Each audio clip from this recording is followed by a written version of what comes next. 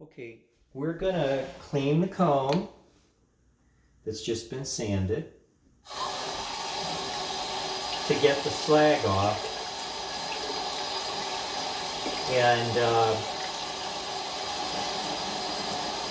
want to make sure those brass things are still in there and they're not as trying to get out that the mouthpiece screw into. Best move here is a toothbrush and just come in like this. I'm cleaning it too. I did taste a tiny bit of plastic when I first got it, and I realized it probably could benefit from a nice little cleaning. We have our wonderful slide, high precision slide on this harp, and very lovely mouthpiece as well. So I'm going to clean this off here too. While I'm at it, and you want to rinse longer than you think you should to get rid of all the vestiges of the soap.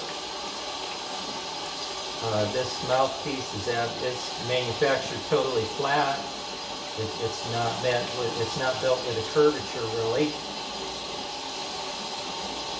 Well, it does have a tiny curvature like this, and that means it gets more down pressure at the center, but it's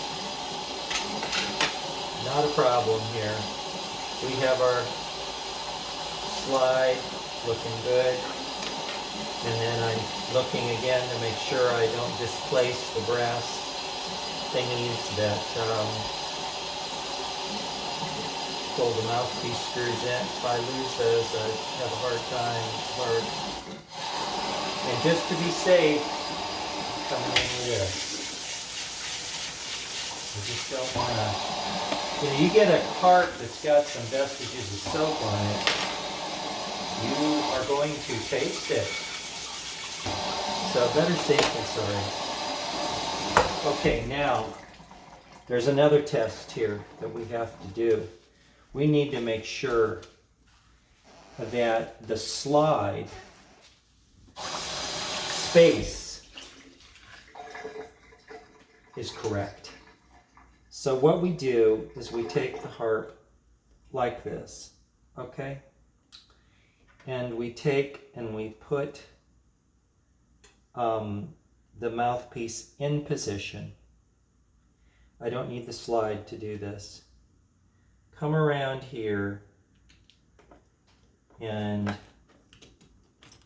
put in the mouthpiece. Okay,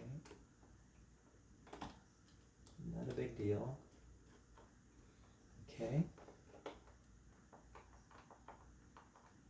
So all I've done is put the slide in, and it doesn't have the slide spring in. And all I want to know right now is whether the distance for the slide is perfect or a little bit too big. I'm going to get the other screwdriver. I don't like the way that one's seating. Again, you got to watch it with these EASTTOP screw heads. They are a little finer, and you'll need a little different screwdriver. Now, the way I do the test is I'm looking for play up and down, okay? And there is none. Okay, that means that the space they've made for the slide between the inside of the mouthpiece, I'll show it to you.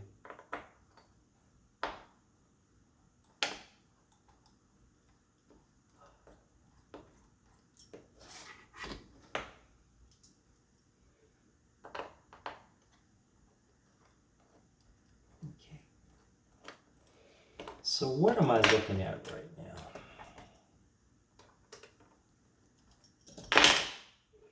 Okay, we're going to bring these over here. I'll show you over here what it is we're looking for here. Okay. Now,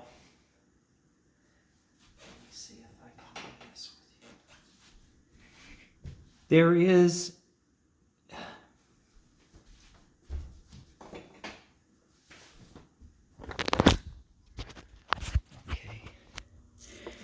there's the top edge of the comb, okay?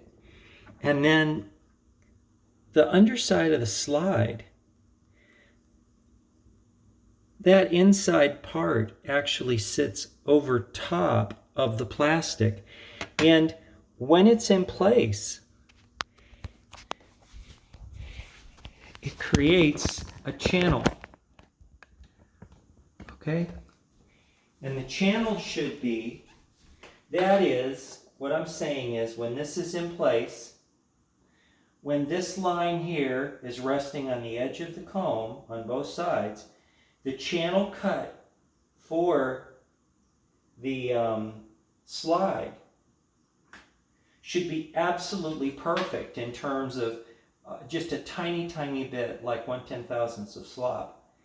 And it can be with these harps sometimes, not EAPs, but others, and I'm not going to use their name to protect the guilty, but it might be too big, in which case I have to lap this metal piece into the comb on both sides so that the mouthpiece goes down and tightens up the slide a little bit. If you have any kind of gap between the underside of the mouthpiece and the slide itself, and of course, and then to the mouthpiece, any kind of gaps, you're going to have air loss, no question about it. And that's why we sanded the